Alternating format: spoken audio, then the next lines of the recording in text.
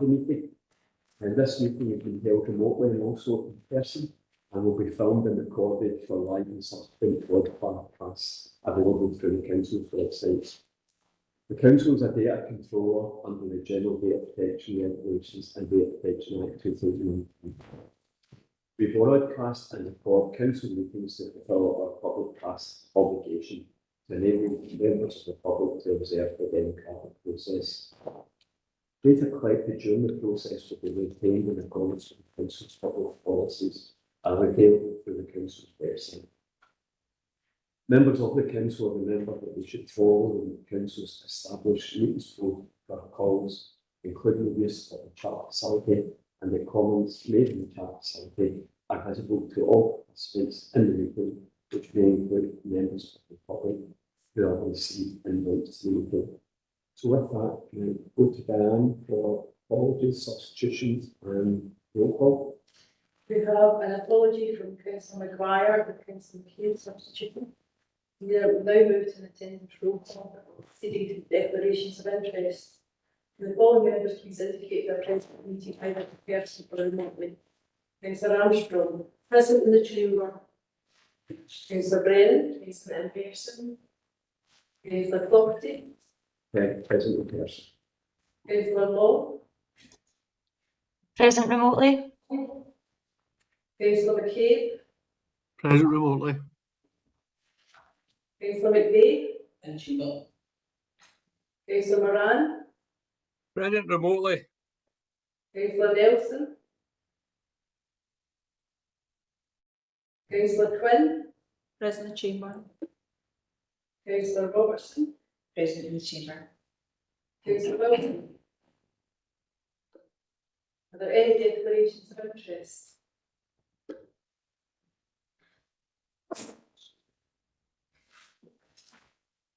Did you look my mind there? And I've got a declaration of interest for the education part, but I don't know. Do we normally do that in the education part? Yeah, that's fine. Anyone else? Anyone else? Can we move along to agenda item number 2, which is the community revenue budget for 2024-25 and also the return for 2023-24. Mary? Yes, thanks, Convener. As you say, this report advises Committee of the outturn for 23-24 and the projected position of the 24-25 revenue budget for communities. Last financial year, there was an underspend of £207,000 within the Communities Committee. The main reasons for this are outlined at 3.4 in the report. The current projection for 24-25 is an overspend of £64,000, and this is mainly due to an under-recovery of turnover savings, as noted in section 3.5 in Appendix 3. The committee are asked to note the outturn for 23-24, the current projected overspend for 24-25, and that action has been taken corporately to develop options to address the overspend, and that the corporate director will provide an update on progress to the next committee. Happy to take any questions. Okay, thank you, Mary. We'll answer any questions. We've got the Mary saying that Ruth will provide an update from the next committee. Any questions on the revenue? No questions. Thank you for that. We move along to agenda item number 2, which is the capital update. Can we go to executives with that? What you first? You. Thanks for coming here, everyone. Just to give you an update where we are coming with our capital communities capital budget of 2.665 within the current year. You see there's a spend projected of 604 million over 24-25. Within the paper, you'll see with the number of initiatives still going on. Eddie's on the screen to make any comment on under the leisure asset. The community thing got, so I'll take the committee through Partly Lancing Out. As you see that Partly Lancing Out is nearly completed and the keys have been handed back. There is a shortfall in the overall budget and there's a separate paper coming in the agenda to discuss that, and that's what we should take it forward. Update on the asset transfer, we're still meeting regularly to talk about assets, working group, a number of assets still in there for discussion. Happy to take any questions on that. Thank you, Hugh. Any you want to add just now? Yes, Councillor Wilson. Thanks, Convener. Nothing specific to add. I think there's enough detail in the report on the projects that Hugh mentioned that were from myself, and I'm happy to take any specific questions. Right, thank you, Eddie. Questions? Elizabeth? Thanks, Karina. I've got a question about Park Lane, but I'll leave it to the separate paper if that's okay. So the other question I have is about King George's 6 building. Obviously, we've been asked to note that there's additional costs being required, but not a quantum of how much that is. And it seems uncomfortable in the context of where we know we are with overspends and restrictions on where our budgets are generally, that we're kind of looking at can we put more money into this without actually knowing how much that's likely to be, or having a sense of how that will be reported properly. And it just, I don't want to get to the position where I'm going, are we throwing good money after the Barrington project? Are we just saying we're going to do this at all costs? But at the minute I'm left with those questions hanging because I don't know what the quantum of the additional ask is. Eddie? Yep, through you, Convener. We appreciate that we have actually committed legally to a contract to complete the works. So in terms of any choice about stopping the work now, that would be a significant decision to make, and it's not something that we've ever done in any other capital project. So there are risks on every capital project that you will, go beyond your original approved budget. That has happened on a number of occasions, and there's a mechanism whereby we bring those back in front of the committee. We've done that numerous times on education projects and other projects in environment regeneration. It's very difficult to time these things properly. And industry good practice says that you're trying to agree a final account with a contractor no more than 3 months after you complete works on site. So there presents a challenge in itself, and the ability to put any numbers in front of committee in advance of that happening. And that's on projects where you've not had the significant challenges that you've had on this one, in terms of the scope of the works having to be varied on site, and the significant prolongation of the programme. So I appreciate it's a difficult thing to ask you to note, but at the moment, there's obviously discussions ongoing with the contractor. Those are commercially sensitive, and we'll have to negotiate a final account with that contractor.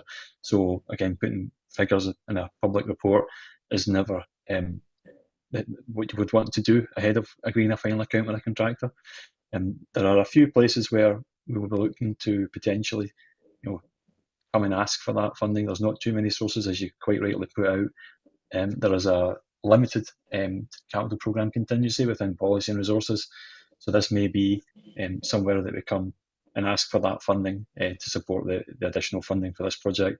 There's obviously net zero ties to this project, so it may be that we also look at the net zero fund. So at the moment, I appreciate we can't get any more detail there for the reasons I've outlined, but I hope you understand why that is, and that we will obviously keep the committee advised at every technical progress programme update, and as we look towards and agreeing a final account with the contractor. Elizabeth? Thanks. And I do understand what it is, and we are where we are, I guess, with it, but I just needed to kind of know that it's not ideal, it's not where I would want us to be with things. So I've said the thing I need to say. Really, is it possible, if there are things that are commercially sensitive, that we can get a private paper in the future in terms of outlining a bit of that for us? Obviously not be able to discuss it openly now, but is that a request that we can put forward?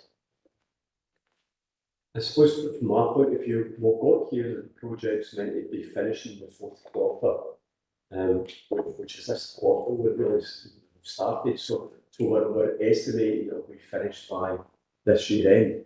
So I suppose by the next committee paper, we should have a view on whether that's going to be accurate or not, whether or not we're going to be doing that.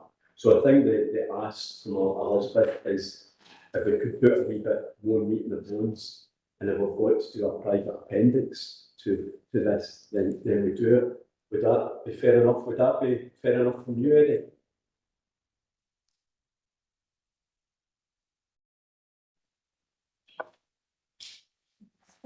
Yes.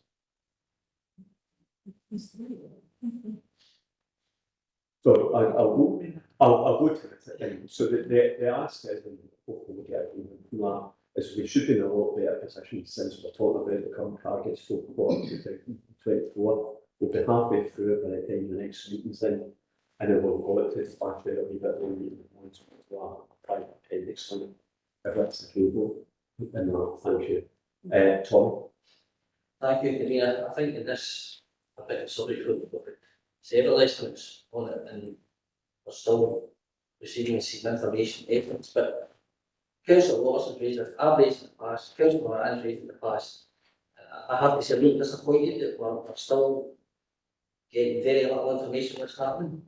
And the state has got the north of 3 million, and as a committee, it's our duty to scrutinise these projects, and I think we're being very patient, and I don't see how that can go much longer, because I'm beginning to think it looks like we are. We're maybe throwing money at it's not the right phrase to use, but it's something that can't go on. It really can't go on from here, and I would hope that by the next week, the 15th or the 5th of November, that we'll get a lot more information and what we're getting just now. Private paper, if it needs to come private paper, I would strongly call for that, because in the current financial climate, what we're facing, the pressure to cap the programme, we can't just keep throwing money at these projects. And I'm not sure all the details are taken stuff in a simplified way about when he's picked this up, when he's put you on, but something has to change on this. Can I emphasise that strongly enough? Thank you. I suppose for me, we've got to take a step back, and when we look at this project and the Parkland Branch Lake project, both of them came from our bids into the Regeneration Capital Fund. So the first outlay for this has been from Scottish Government funding that we managed to get in this area. Normally what we do is go back to them and try and get more funding from them, but if we know there's no, for time being anyway, there's no capital regeneration capital fund process. Can I ask my earlier comments to Elizabeth, is that okay for you, Tommy? So we'll get under the capital programme report, we'll get that, we'll try and get a wee bit more meat on the bones from it, and we've got to have a private appendix to that report. We'll do it. That's okay. Yeah, I'm happy to do that. I'm pretty sure we'll have a further discussion about it, private public paper, but as I say, something needs to happen on this one. But Okay. thanks for that. Can I go to Councillor Kate next? Stephen? Yeah, thanks, Chair. It's a wee bit difficult to hear some colleagues in the chamber. I don't know whether it's the distribution of microphones or not. I mean, I was going to come in and park, in the King George building. I mean, it's currently estimated to be a £1.7 million contract, and we've spent 1.4 million. So I think we're beyond the point of no return in terms of it. And I'm sure officers are looking at where they could potentially save some money without compromising the quality of the finished product to take account of the extension of the contract. But I think it is important that we do obviously get that report. I think it's also important that we get a report from officers on the intended uses of the building as well, to ensure that we're going to use it to its maximum as well. And I would obviously suggest that once the building is finally complete, we do arrange for the members of the committee, and indeed all elected members, to be invited along to see the finished building. Okay, thank you, Stephen. Yeah, I mean, that goes without saying, we'll certainly do that. With regard to the uses, again, that will be a paper that will come back when the project is complete, and then we'll get you to exactly step out what we know, for instance, that going back the source set, if it was there, will be one of the things moving in it, but we can get a full paper on that when it's completed. Thanks, Stephen. Any other questions? If there's no any, we agree with what, and also what I have to say with regard to the next two more inflation that goes for King George's 6 building, and also require for the private session here. So we'll leave it there. Can we move to agenda item number 4 now, which is the general update, a lot of good things in it. a general update, we'll go to Ruth, Ruth to begin with. Ruth. Yes, it's myself. Apologies from queuing, not very well. So, as you said, a lot of good things and a lot of energy in this report. Some of the reports will also dovetail with the Alliance Board because this is the Communities Committee. It just seems the right thing to do.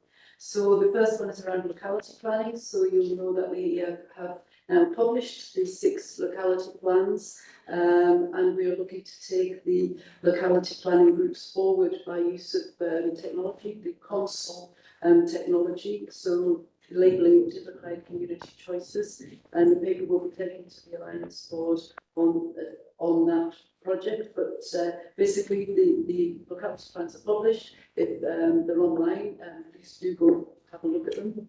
Bikeability, again, an improving picture there. I think it's fair to say we struggled with some of the uptake in bikeability, especially in the level 2, getting the young people on the road. And we're seeing that schools are a bit more confident in that, and we've got some of the schools now doing the on-road training, which is level 2. So there's been an upward move in that across the council.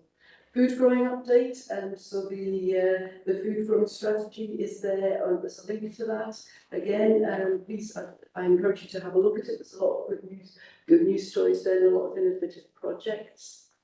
3.4 is the early adopter for affordable childcare, and that comes with, I'm being told by Hugh, we can see we've also got some capital funding from the Scottish Government linked to that to look at Bobblestown and turn it into a creche type somewhere where we can have childcare. So this we got the additional money in June for the early adopter, and that was confirmed, and we're now looking at taking the projects forward. It's to encourage families into work. It's targeted families, and it's looking at particularly before and after school provision. So in the first paragraph of that, you'll see that we also are now bringing breakfast clubs 5 days a week in Port Glasgow as a pilot, and that will link to some of the work we've got coming up about the review of breakfast clubs as we go forward. It's a very positive story. Again, it's going as an update to PNR because it links in with the money that the council themselves also put into anti-poverty initiatives. Child Poverty Accelerator funding, that's looking at working with Home Start to look at the confidence of families and making sure that we're giving support with parenting skills, enhancing self-esteem and giving families confidence to get them as settled as they possibly can, and to make sure that they're receiving all of the guidance and can build on successes. So again, that's a project linked to the anti-poverty initiatives and one where we're having success. I think Sarah Christie's on the call. I don't know if she's dropped off, she's there, but the next part of it is linked to her side of the house. So Ali Nolan, who was nominated as the Inverclyde Libraries team leader, so she was the Library Information Professional of the Year. She did so well that we then lost her to become Chief Executive of SLIC, which is a real shame, but congratulations to her for this award, but also anything we post as well. And the following two are just some small support funds that the libraries have bid for. We've got a good record of the libraries bidding for innovative funding and taking forward innovative projects on the back of that. We then go to another part of Sarah's remit, which is culture and heritage. So the Connecting Inverclyde Heritage Project. So there's good news and bad news there. We had appointed a heritage coordinator to lead the delivery of the project, but unfortunately that person, the job wasn't for them, so we've now lost that post. So, but there's still the will and the energy to take that forward. We just need to regroup on that one, but we, there is still a commitment to take that forward. And also the Culture Collective Legacy Funding, again, that's looking at the arts-based projects. This committee has had lots of information about the Culture Collective, the unique way Inverclyde arranged itself for the council-led project, and we'll take that money and further capitalise on it to make sure that we go supporting the arts. And the last one is about the youth music initiative. So basically, if people have been to the recent concerts, you'll see that the YMI, they're the ones who do all the drumming and things like that. Absolutely tremendous project. The young people get a lot out of it, and we'll also do the street band to the Golfers Festival as well. That's it from me. I'm happy to take any questions, but also happy for anyone who's got more knowledge than me to take them. Okay, we'll look for questions. First one we've got is from Francesca.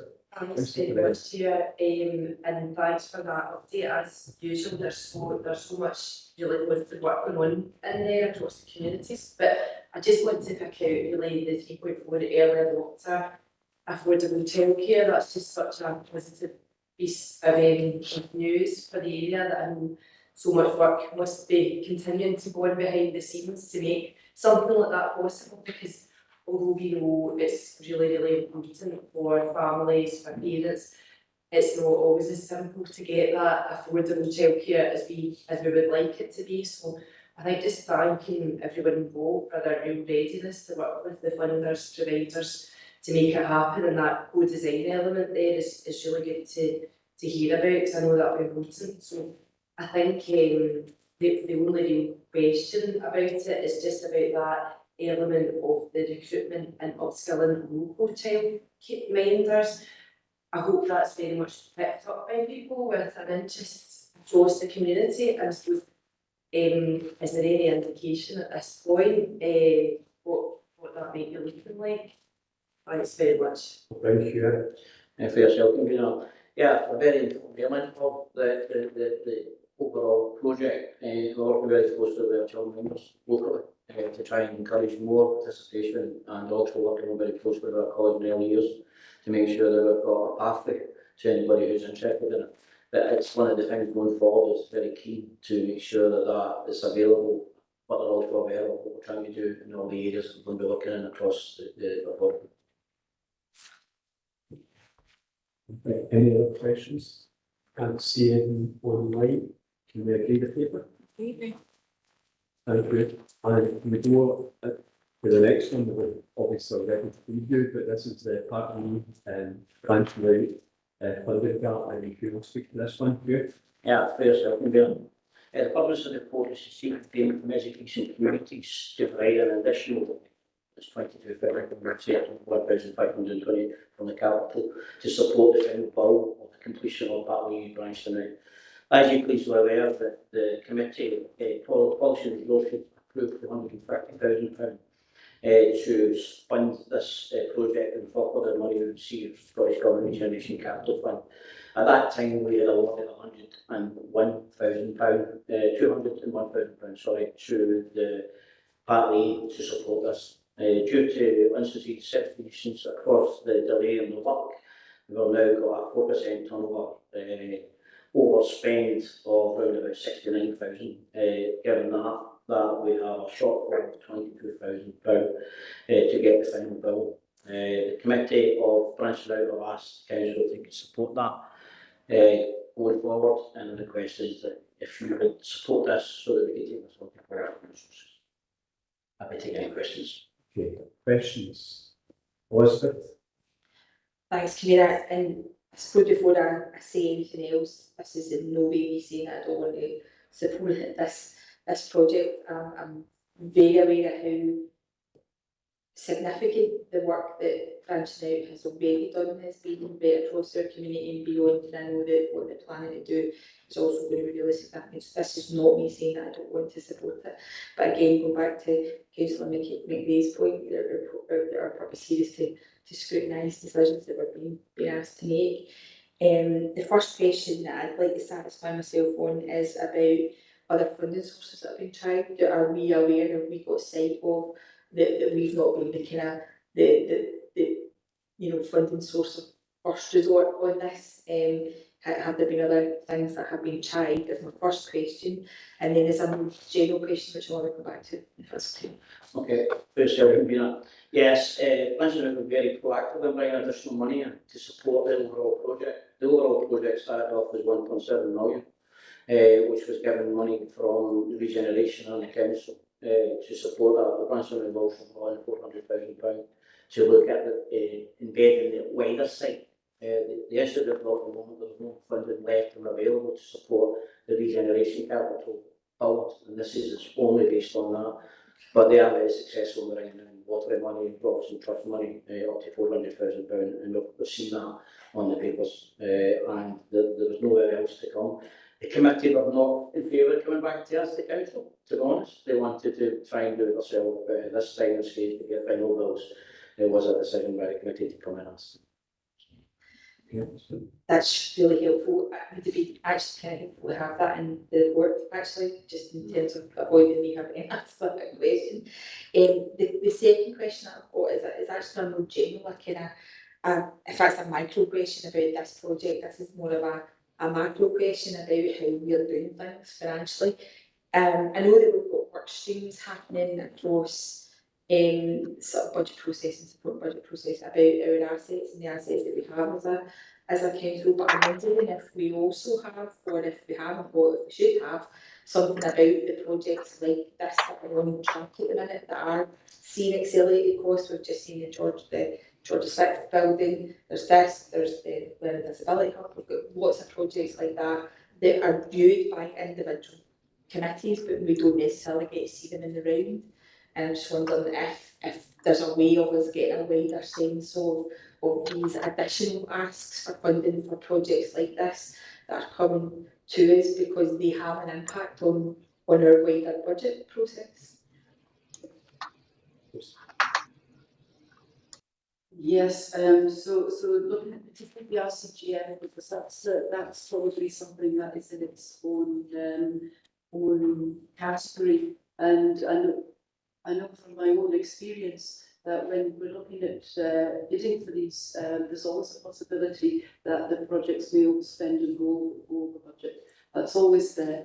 I suppose the counter argument to that is that we could bring a lot of money into the area to regenerate older buildings. So that's always been the ethos with which we've entered these arrangements. I think the fact that building costs have gone up over the time is no surprise to anyone, and I think that's all the projects have been there. I mean, we've been here with the tennis, we've been here with other projects, and we're not alone. We're hearing that other tennis projects are now being promoted because of that. So I suppose there's always that dilemma when you're applying for RCGF funding, that actually to bring in that money is a small risk to the council that it might be overspent. However, we did make the decision that we would go ahead, and we worked certainly with Parklea in the first instance, and Hugh's absolutely right that they certainly don't see the council as the lender of first resort. They work very, very hard to match the funding and bring it in, but they just couldn't get it over the line. So that's the position we're in here.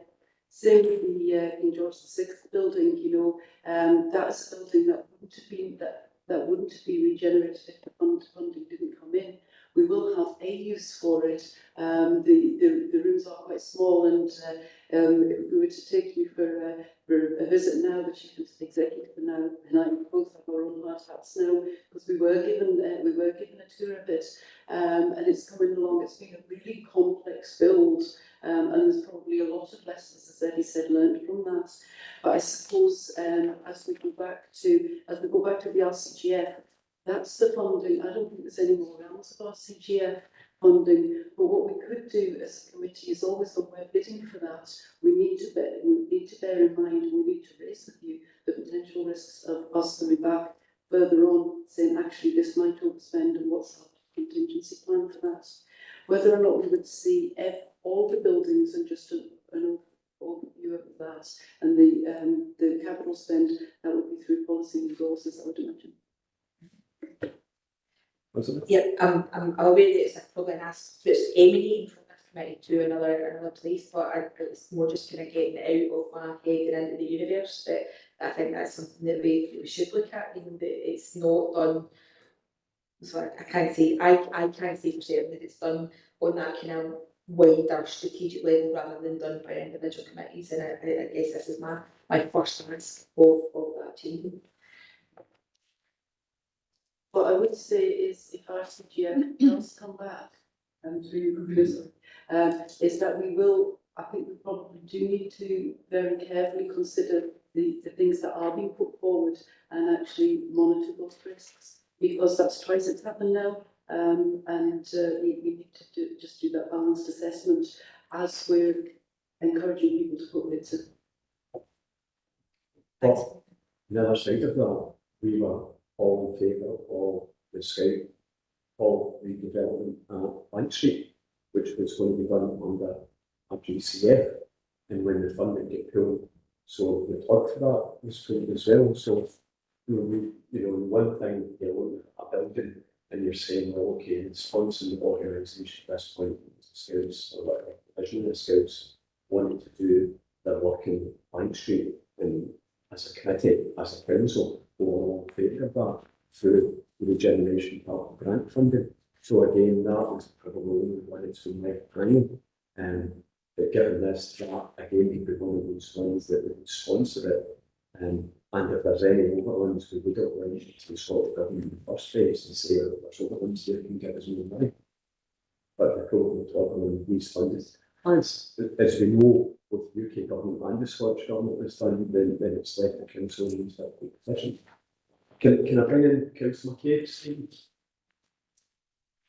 Thanks, Chair. Again, there's a lot of poor quality sound coming from the chamber, a lot of interference from particular members and officers. There's clearly something wrong with the sound in the chamber this afternoon. But my question's just in terms of the amount being asked for. It's a very exact figure, £21,522. So can we conclude from that there is a agreed final account, and that this will be the final amount that will be asked for?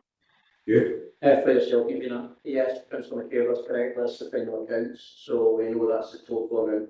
And there will not be any more requests from the party for any more additional money. Thank you. And I'll try and speak more clearer, Councillor McCabe, if you can pick up my dulcet tones, but hopefully you can. You could try swapping these notes. Who's the problem? Yeah, is it particular mics? If it's particular mics, flash the law. But it's the white circles, they're on here. See, Stephen, where do you get difficult? Can you hear me okay? Is it different people you're not hearing? It's certain you're sounding okay now. Ruth was sounding particularly bad there. You're coming and going. Francesca, when she spoke, was sounding okay. Elizabeth, it was hard to hear Elizabeth at times as well. So it might just be to the distribution, but I don't know if there's other interferences between the laptops and the system, but generally it's pretty clear. We'll try and speak more, Kyle. We'll move the microphones a bit, so hopefully that will help, and I'll certainly move the microphone closer to me. We have Councillor Wilson want to come in. I don't know if it's a point in the agenda or just on Stephen's point. No, I was just going to say I agree with what Stephen said. The sound has been particularly difficult from the chamber today. So with that, can we agree the paper? Agreed. Thank you. And we move to the next agenda item, and this is on school crossing patrols, and this will be Hugh in place of Tony. Will take us. Hugh. Thanks, Stephen. I hope everybody can hear me. The report outlines the results of a school crossing patrol site survey requested by committee to look at the data from sites across the authority. There is no saving against this proposal. The goal is to authorise the locations for each of the patrols to give us a better understanding of the amount of young people and children crossing at the same time.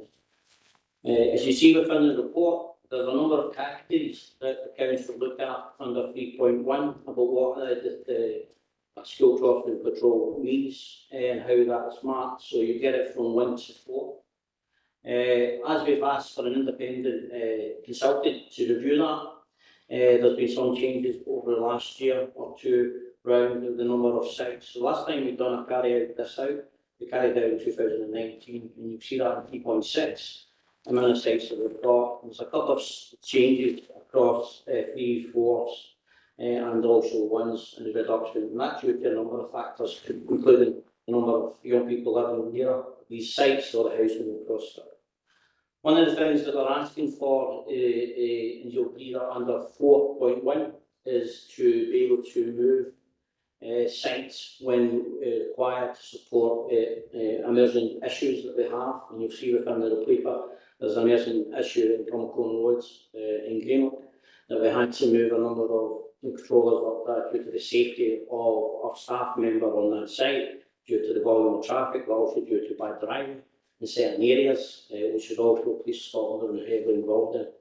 So what we're asking for within our proposals, for you to know the review that's been carried out, and there's no proposed savings on this, but also give us the opportunity as officers to move staff from a 4 or a 3, if necessary, to cover major issues that we have coming up.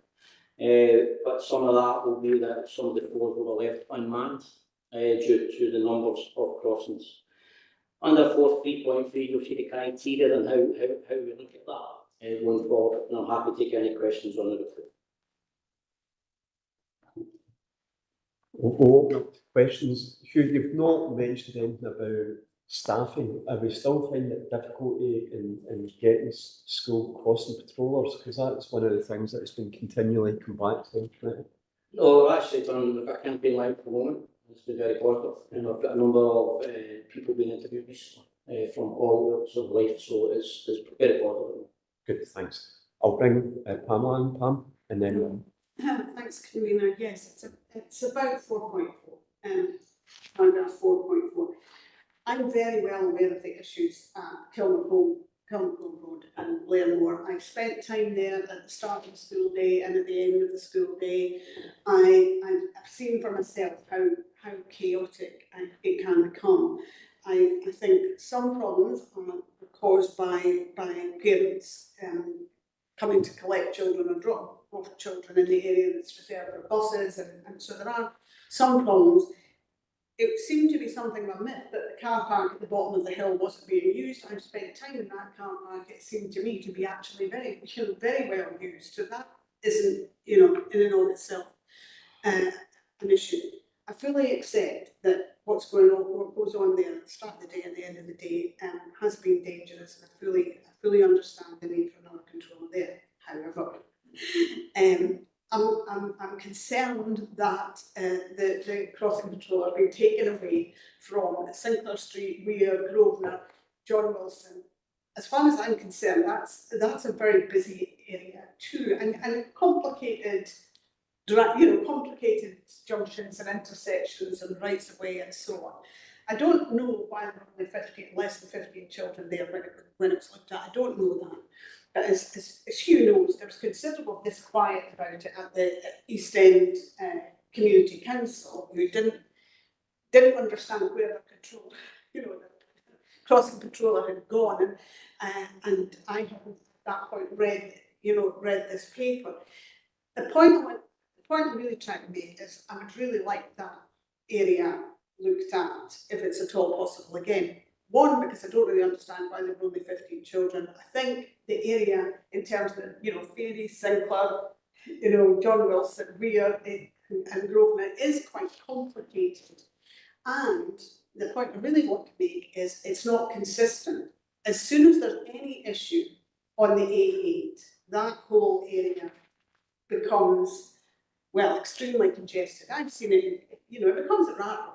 And anyone avoiding problems, and it doesn't have to be problems on the A8, in the immediate vicinity of Sinclair Street. It can be problems, either side, but it ends up with a whole lot of traffic either coming down from Gibbs Hill into that area, or the other way around. So I think fully understand the need for an additional crossing patroller at Kilmacombe Road area.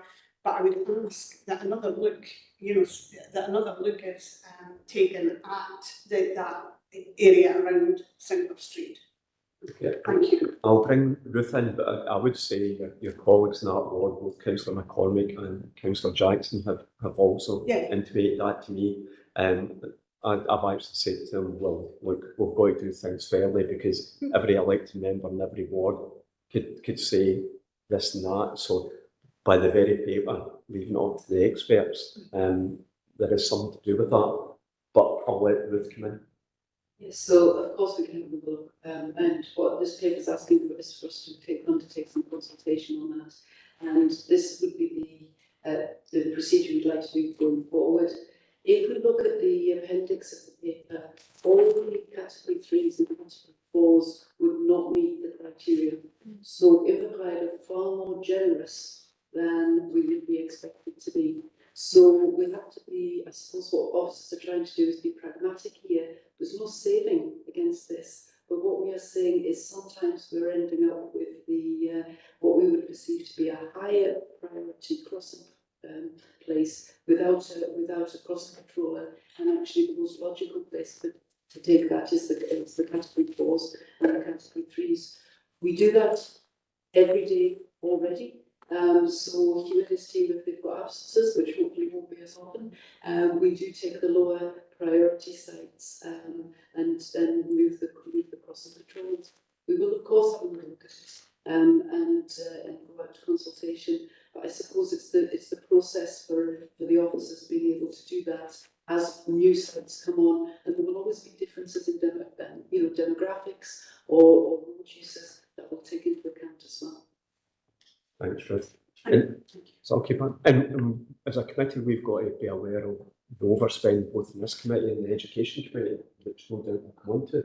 There's no savings against this now, but as we do know, at the budget rounds, intimated there will always be savings earmarked at various places. So I think we've just got to be aware of that. Councillor Quinn. Yeah, thanks. Thanks for the report. It's just a few things that I was still unclear after reading the report. So how many staff do we have? So we're talking about 33 sites in total, and the 3 and 4s are 22 and 1s and 2s are 11. So I couldn't quite grasp how many of the 3 and 4s will be uncovered, because there was no mention of how many staff we've got in total. That's my first, but yeah, at this moment we've got 33 staff, but we've got a number of sessional staff that we're going to cover sites across the board. So at the moment we're probably going to be 2 sites uncovered due to staffing issues, one in Cumbercombe and the one in Sentinel Street. But the biggest issue we've got on a daily basis is the number of absences. So what we might find is that we might have 10 sites needed to cover, and we have to move sites to us because of the number of absences. We've also got a supervisor who's also on call to go out and on each site to cover that.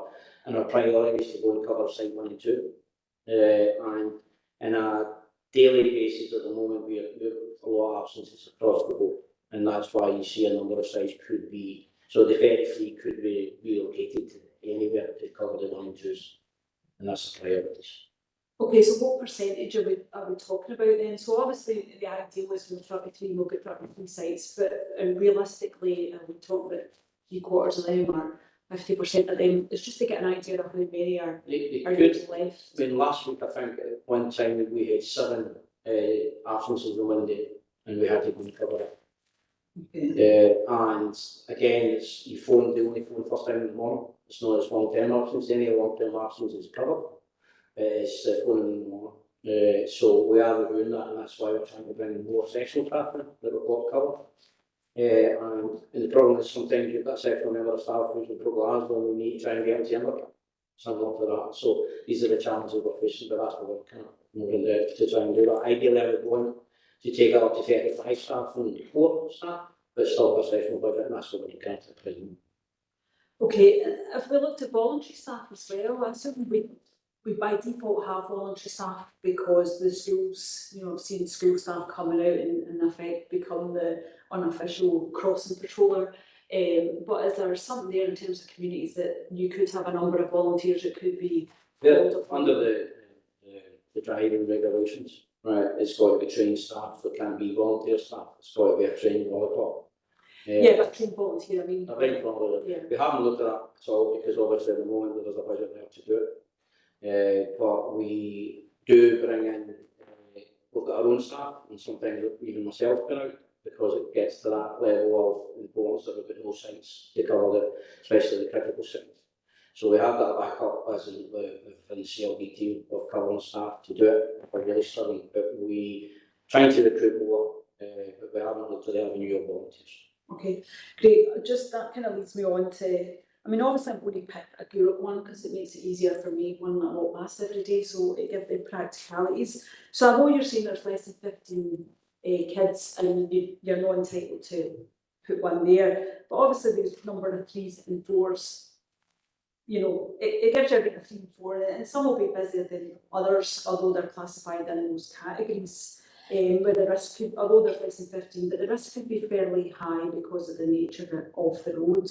You know, I'm looking at Tower Drive and Kit up there just now, which actually the crossing patroller actually crosses high school age kids. You can have a whole argument about that should that be the case or not, but I mean it is, you've got 7 buses there at a certain time, and there is no natural way to cross. So where it's been categorised as a 4 because there's less than 15 pupils, potentially could be a high risk area, are we looking at the sort of road there and for potential natural crossings? Because, you know, the argument is, you know, trying to get the kids to cross safely, and if it's high school people that, you know, so the reason it's probably classed as high risk is because there is no natural crossing on a very busy bus route. We have looked at all options. We've looked at putting sites on certain areas, taking school crossing patrols away. The regulations say they should only be primary children that we should, but obviously they let anybody, mums and dads and grandmas and others sort across the road. The numbers that was reviewed by the independent reviewers on the day, so it's a stop shop on the day in the morning, so it's a full day that we agreed with the independent to go and look at that. So it depends how many persons should cross that day. Yeah. You know, on the do, and it could be busy or not busy. That's the challenge we have. But we are aware of it, and we monitor this on a monthly basis. Our staff go around with an officer whose job is to go around and make sure that everything's still safe and monitor the service. Yeah, so do we pass those, you know, do we get our roads colleagues to look at potentially 3 and 4 so there's a natural crossing rather than relying on the staff being there? Because clearly that would be a long-term solution. And through you, Convener, that's exactly the situation that led to the All Saints issue, where the road conditions were also taken into account. It's remember it's pupil to vehicle ratios, so they're measuring 2 things: the busyness of the road, the pupils crossing, and they're also looking at sites as well. So the person is looking at everything. And when we look at possibly we'll looking at the possible removal, we will go back and have another look and check that the sight lines are okay. For the volunteers, we haven't explored the potential for volunteer crossing patrollers, but given that we have a significant amount of crossing patrollers that we employ that don't meet the guidelines, that might be an option that we're tasked with going forward, and that may be one of the savings options the committee would like to consider. Certainly, only 1 and 2 meet the current guidelines, so we are having over provision.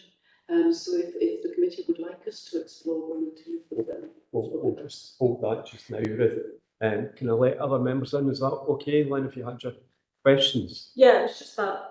Yeah, having a conversation with roads, I think that's quite important if we could take that as an action. Just yourself, we have a skills roads meeting, and all the sites are reviewed with our police colleagues, our roads colleagues, and Cheddarross. So that is for anything's raised to the sites. But roads, we can't change any decision on the unless roads are part of that and health and safety. And we do know this was part of these options before, and I think every group found it unpalatable. So no doubt the officers will put it up again, and then it'll be up to elected members whether they wish to do it or not. Can I bring Stephen in and then Tommy in? Stephen? Thanks, Convener. I mean, I think this did flow from our discussions about savings, and felt that we'd rather have a comprehensive study than jump in and make savings. And I don't think this necessarily makes it any easier, because it is quite a complex issue. And clearly the perception of the professionals is probably different from the perception of lay people, parents, etc. On the basis of the criteria, we clearly provide far more school crossing points than we would necessarily need to, but I would certainly be looking for reassurance if we were ever to remove any of these, that they were safe. And I do think that, I know in terms of the Kilmacombe Road one, that there wasn't an engineering solution there possible, but I do think that we should be looking at each of these locations and to see if there are physical measures that could be put in place that would reduce the risk, and obviously potentially, given the financial pressures are going to continue on us, potentially would be an alternative to a person assisting pupils across the road. Because I think the pressures on our budgets long term are just going to continue, but we need to ensure that children and their carers feel safe when they are crossing to go to school. Okay, thank you, Stephen. Okay, right, Tommy. Yeah, thanks. Useful report in the current financial climate, so thanks for that. Just a couple of points. If there is any engagement in any areas, it'd be useful for the councils, but what we made aware, rather than getting a flood of emails in. So that's for that. See, on the Centre Street Road, the road one, Councillor Armstrong says it come up with the Community Council. What feedback did we get from the Perth Council when the person was taken to Kilmacombe Road? Good. For yourself, convener, we haven't had any feedback from the school, but they are aware of it. Yeah, even from the head teacher, Nothing at all. Right. Okay, all right, okay. Okay. Involved. It's very emotive. In school crossings, it's very emotive, and obviously the recommendations are there. Can I ask that they agree with recommendations? Thank you. And I move to agenda item number 7, which was the Education Scotland CLD progress visit report. Good. For yourself, convener, this is just an update on a recent visit by Education Scotland around the CLD 3-year partnership process. This paper review has been given to the Alliance Board. The inspectors came under 3.1 and looked at a number of things across leadership within the local authority CLD partnership. Also, how well does the performance of local government across the CLD generating positive impact. I'm delighted to say it was a very positive inspection, and I'd like to thank all the partners for engaging with the inspectors on the day. We see within the scope of what we're looking at governance, we're looking at capacity of senior management, looking at performance, and we're looking at what works across the CLD sector. The outcomes is in page 4, and the areas of positive progress was the effective leadership across the CLD partnerships, and also what the areas of development were asked us to look at, and we will look at that as a partnership going forward. 4.2 gives us the positive progress across the impact in delivery. Again, very positive. The work that's been done around a number of working with young people, around vaping, around a number of things that we've seen with other partners, including the sheds. So it's great to see that. Some development areas for us too that we're now looking at. One of the areas that is shared for good practice, and it's now on the Scott Education website, is the work that the youth work team did with the youth force for the youth group when there was young people coming in from different areas, and also the work that the Duke of Edinburgh had done. Overall, the inspection was very positive. CLD partners were making specific progress within the CLD plan, demonstrating the capacity of continuing to improve. As a result, the HM inspectors decided to move further action to take it at this stage, and happy to take any questions on the report. Thank you, Hugh. Any questions? Councillor Quinn, you come in. Yeah, thanks. Thanks for the report. It's always a relief to get the summary of any inspection everyone usually sits about panicking. So great to see all the good work that it's been highlighted. So you've mentioned areas for development, so I'm just trying to understand where those will feature in terms of the actions and the action plans, and where we'll see sight of that and where the scrutiny will lie, just to make sure that these things are sort of picked up and actioned. Thanks. Two process, there can be the Alliance Board will take the full responsibility for the 3-year plan. There's a new 3-year plan being produced at the present moment, and that will be presented to the next Alliance Board. It's actually on draft on the website at the moment, because we published it on the 1st of September. So that will be a scrutiny process for that, but also because we are a part of education, all come back here for scrutiny too, part of what the service does to support the growth of the 3-year plan. Okay, so those specific areas for development will be a 3-year plan, and we'll see those. There'll be a new action plan with the south. Okay. Any with it? Ruth? So you convener some of the areas for development or how we plan. So actually, it's bringing together the construction of the sale, the strategic plan. So one of those was particularly having young people involved in leading the groups. So we've taken immediate action on that. So for instance, the sale strategic group previously didn't have young people, and now it does. So actually some of them won't actually be in the plan because it'll be taken just how we're working. Okay. Can I bring Stephen in? Councillor McCabe? Thanks, convener. I mean, this is a positive report, and I welcome it, and I congratulate both our team and our partners and having this positive report.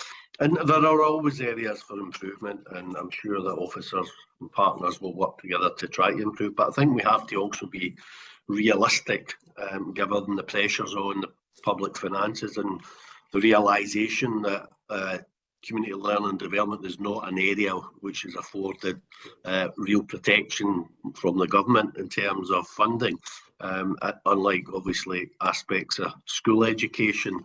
So we are talking about looking to improve, probably not within even the same resources, but diminishing resources. So I just think we have to be realistic about what we can deliver.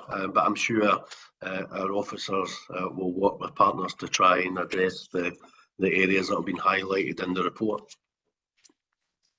Okay, thanks for the comments, Stephen. There's no other comments. Just for myself, just thank you yourself and the team for much as well. I know probably through the partnership, it's always good to get back to yourself and Swansea Committee and the community report.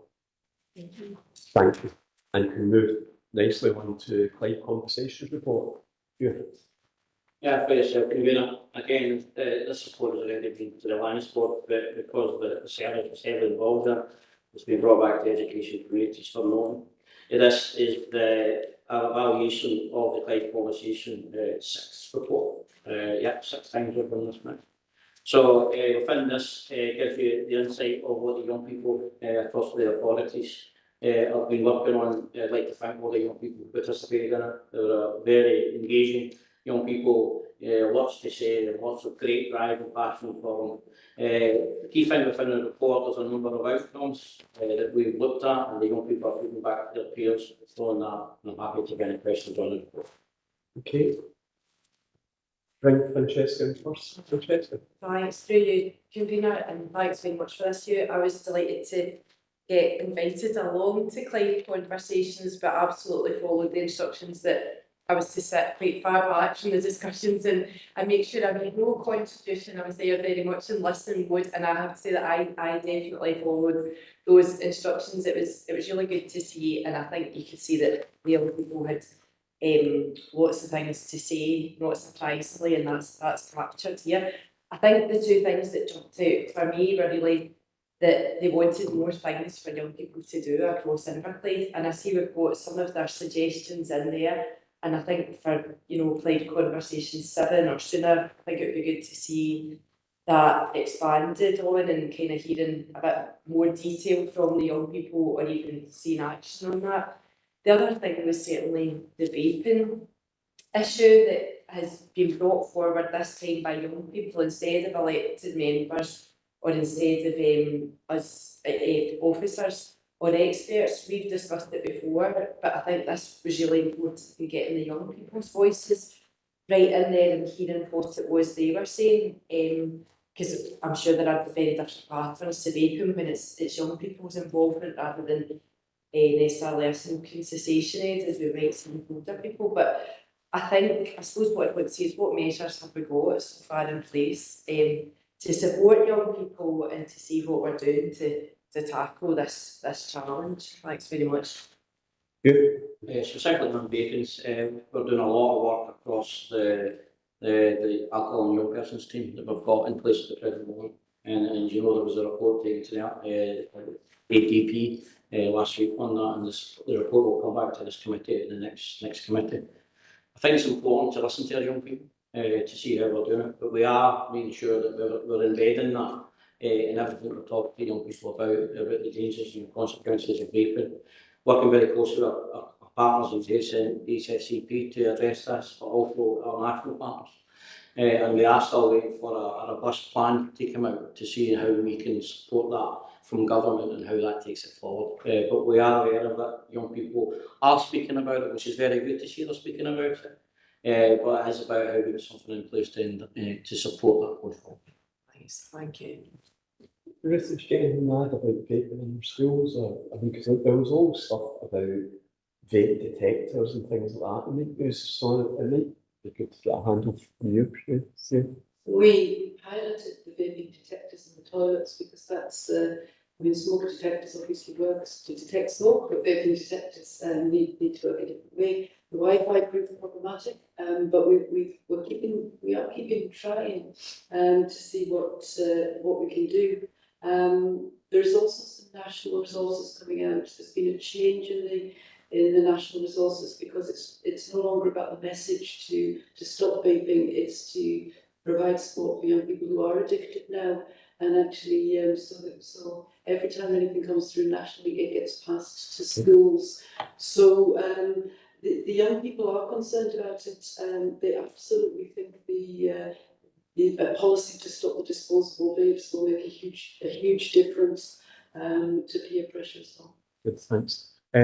Elizabeth? Thanks, Camilla. I'm going to use my considerable acting skills here and make sure that I'm enunciating properly. Can I just check I can be heard online? Stephen, can you hear Elizabeth okay? Oh, we can hear her, okay. Yes, I'm just aware. It's better than it was earlier on, more generally, but I mean, there is a bit of interference, but we can hear. I do know Kilmacole was a long way away, and it could be something about there in Kilmacole, but hopefully. Well, I think council officers in the same building are having the same problem as we, convener. I'll bring Elizabeth in to let her. I'll try and get all Shakespearean on you all and just enunciate wildly. I'm so proud of Cloud Conversations. I think it's something that we do so well. I'm just so proud of, hugely proud of it. Two questions that are linked. One is really based on page 61, page 13 of the Cloud Conversations report, but page 61 in our papers. There's a vast array of things here across a number of themes, and I certainly would like to have captured not only the things that the young people have said, but the actions that we do plan to take on them, and who's going to do it, at what level, and where we're going to get some feedback on it, not only to us but to the young people themselves. So I would like to see page 61 develop into a true proper action plan, and even if some of them this is something we can take action on, I would like that articulated. And my second question is very much linked to that. Obviously we've had Cloud Conversations 1, 2, 3, 4 and 5. 1, 2, 3, 4 are kind of maybe a wee bit further off into the past now, but if we look at 5, it would be really good to kind of go back to the Cloud Conversations 5 report and actually report back to us what we did do as a result of the things that came out of that session, just that closing the loop again.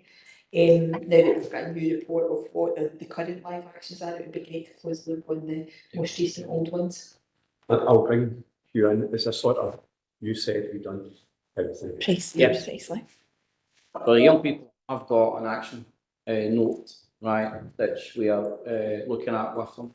That's been taken back to them, and we will bring back to committee for the actions that the young people suggested and who's responsible for it. We had it drafted, but we didn't want to put it until we get it confirmed with the young people.